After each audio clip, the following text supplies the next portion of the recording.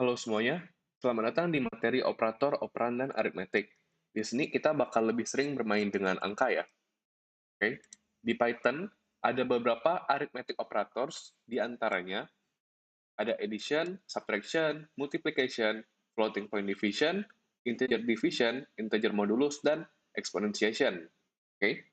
Nah, untuk penjumlahan itu seperti biasa ya, penjumlahan, pengurangan, perkalian, pembagian.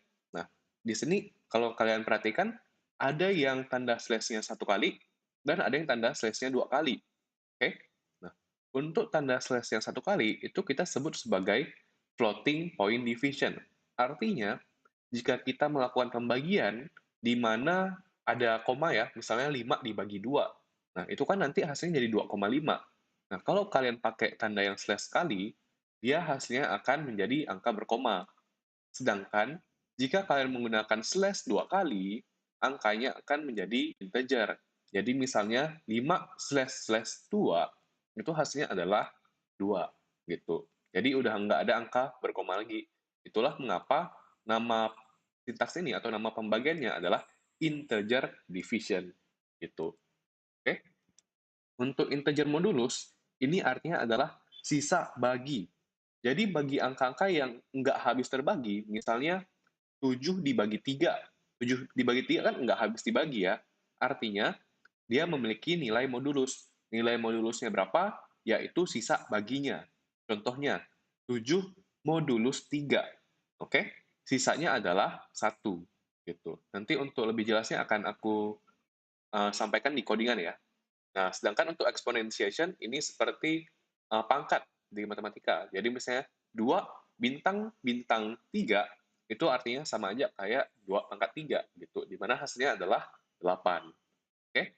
Nah, sekarang kita langsung ke VS Code-nya aja ya. Oke, di sini udah di VS Code. Nah, kita langsung coba aja ya. Misalnya, aku punya angka 5, angka kedua adalah 3. Jika kita ingin melakukan penjumlahan, kita tinggal tulis angka 1 plus angka 2. Nah, di sini kita langsung jalankan aja, pilih run without debugging. Nah, di sini hasilnya 8 ya. Dan misalnya jika kita ingin memberikan kalimat, misalnya hasil penjumlahan titik 2, 8. Nah, itu tinggal tulis di sini hasil penjumlahan, oke, titik 2, kemudian kasih tanda plus. Nah, ketika kita jalankan ini, ingat, angka 1 ditambah angka 2 itu kan masih integer ya.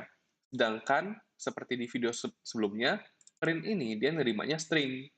Artinya, angka 1 ditambah angka 2 ini harus kita jadikan string terlebih dahulu. Harus jadikan sebuah kalimat gitu ya.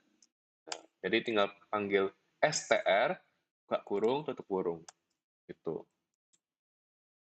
Kalau dijalankan lagi, udah bisa ya. Hasil penjumlahan adalah 8. Nah, jika kita ingin mencoba modulus misalnya, berarti angka 1 modulus angka 2. Nah, di sini kita lihat nih, 5 dibagi 3 ada sisanya nggak? Ada ya. Sisanya adalah 2. Oke. Kalau kita jalankan lagi, di sini sudah keluar ya. Hasilnya adalah 2. Sedangkan kalau misalnya kita ambil contoh lain, 2 dipangkatkan 3. Nah, 2 pangkat 3 itu hasilnya 8 ya. Kita coba cek. Nah, benar ya. 2 pangkat 3 itu hasilnya adalah 8. Gitu. Oke. Ini untuk arithmetic operators di dalam bahasa pemrograman Python. Nah, sekarang kita bakal lihat operator lain lagi ya, yang ada di Python. Nah, jadi selain operator yang kita udah pelajari tadi, ada juga yang namanya assignment operators. Nah, assignment operators ini itu mirip dengan operators yang sebelumnya, namun untuk assignment operators, kita bisa membuat sintaks penulisannya menjadi lebih singkat. Nah, maksudnya gimana? Nih, contohnya, jika kita ingin menjumlahkan 5 ke dalam variabel X, kita kan berarti tulisnya X sama dengan X plus 5. Karena kita ingin menjumlahkan 5 ini ke nilai X, terus hasil penjumlahan ini di-assign ke variabel X kan. Nah, kita sebenarnya bisa singkat nih, menjadi X plus sama dengan 5.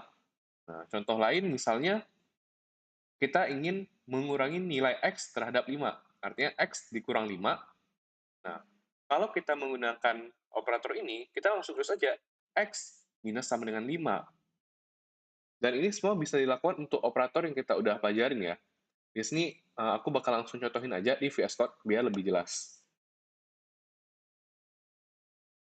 Oke, nah di sini misalnya aku punya sebuah angka, yaitu angka sama dengan 5. Jika kita ingin menambahkan variabel angka ini dengan 5, kita berarti tulisnya kan seperti ini ya. Angka plus 5. Oke, nah di sini aku print dulu, misalnya angka sebelum ditambah, yaitu adalah star angka. Ingat ya, di casting dulu ke string. Nah, terus di sini adalah print angka setelah ditambah. Nah, kita lihat nih nilai dari variabel angka. Kita langsung jalanin aja. Nah, angka sebelum ditambah adalah 5. Dan di sini angka setelah ditambah adalah 10. Karena di sini kita tambahin dengan 5 ya. Nah, kalau pakai cara ini, kita tulisnya kan angka sama dengan angka plus 5. Nah, sekarang kita coba persingkat nih. Persingkatnya itu kita hapus bagian ini, diganti dengan plus sama dengan. Oke? Nah, jadi kita bisa pilih yang cara pertama, atau kita bisa pakai cara kedua, yaitu seperti ini. Yaitu langsung angka plus sama dengan 5. Nah, di sini kita langsung jalankan aja ya. Nah, sama ya hasilnya. Dan ini jauh lebih singkat dibandingkan yang sebelumnya gitu. Misalnya contoh lain untuk yang floating division ya. Jadi misalnya aku punya angka 1 itu adalah 8, angka 2 adalah 3 misalnya. Nah, jika kita coba print yang langsung dibagi seperti ini, ingat kalau kita pakai yang satu slash, hasil dari pembagian ini itu adalah floating point atau bilangan berkoma. Sedangkan jika aku pakai yang ini, oke, hasilnya adalah integer. Kita langsung coba aja ya.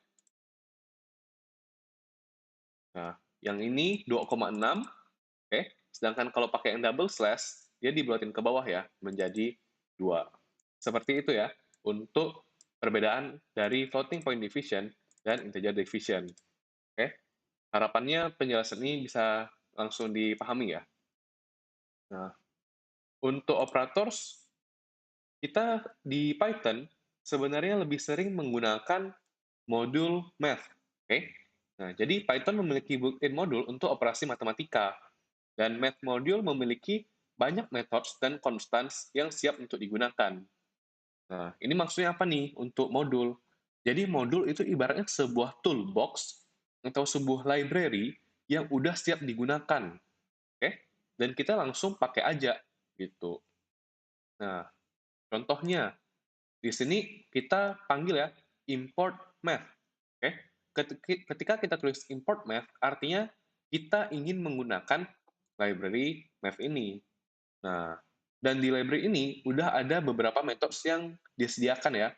Contohnya, kita bisa print math.pow. Oke? Buka kurung 2,3. Nah, math.pow ini akan memberikan 2 ini, 2 dipangkatkan dengan angka setelahnya, atau angka kedua ini ya. Artinya 2 pangkat 3. Oke? Nah, terus ada fungsi lain lagi, yaitu math.ceil. Itu kita masukin sebuah angka berkoma, atau misalnya floating number ya, 3,2. Oke? Math.ceil ini akan menaikkan nilainya atau membulatkan ke atas. Jadi kita bisa lihat ya, yang 2,3 tadi, karena dipangkatkan kan berarti jadi 8. 3,2 ini dibulatkan ke atas, jadi 4. Gitu. Nah, lawan dari ceil ini ada yang namanya floor ya. Jadi math.floor 3,2 itu hasilnya bakal menjadi 3. Nah, fungsi lain, yaitu math.sqrt, atau square root ya ini. Square root dari 25. Nah, hasilnya adalah 5. Gitu. Nah, selain menggunakan fungsi-fungsi ini, si library math ini atau si module math ini juga memiliki yang namanya konstan. Contohnya, print math.py. Dia langsung keluar ya, nilai dari pi itu 3,14 sekian. Gitu. Oke? Nah, sekarang kita langsung pindah ke VS Code aja ya. Nah, di sini pertama-tama ingat kita import math dulu. Artinya kita ingin menggunakan modul math ini. Nah, di modul math ini kita langsung bisa panggil nih, contohnya yang tadi ya, square root. Jadi misalnya aku punya angka, yaitu misalnya 4, kita bisa print square root atau akar dari 4. Nah, kita coba print ya. Oke. Nah, di sini langsung dijalankan. Nah, hasilnya 2 ya. Jadi kita perlu perhatikan juga bahwa square root ini return-nya adalah float. Oke, makanya dia ada 2,0 gitu. Dan modul math ini sangat mempermudah kita ya, karena kita nggak perlu lagi nih buat algoritma untuk square root, buat algoritma untuk pembulatan ke atas maupun pembulatan ke bawah, karena semuanya udah disediain di modul math ini gitu. Oke? Nah, sekian untuk sesi kali ini. Harapannya kalian menjadi lebih paham ya untuk menggunakan operasi matematika di dalam bahasa pemrograman Python. Sampai jumpa di sesi selanjutnya.